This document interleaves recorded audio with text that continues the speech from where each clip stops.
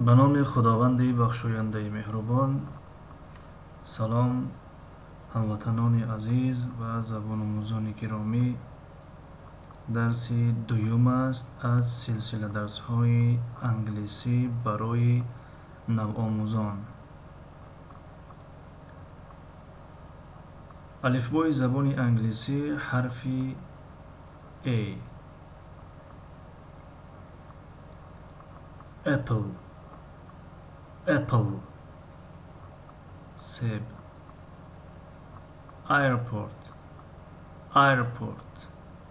فرودگاه. abdomen شکم بطن. arm دست یعنی که زیرا.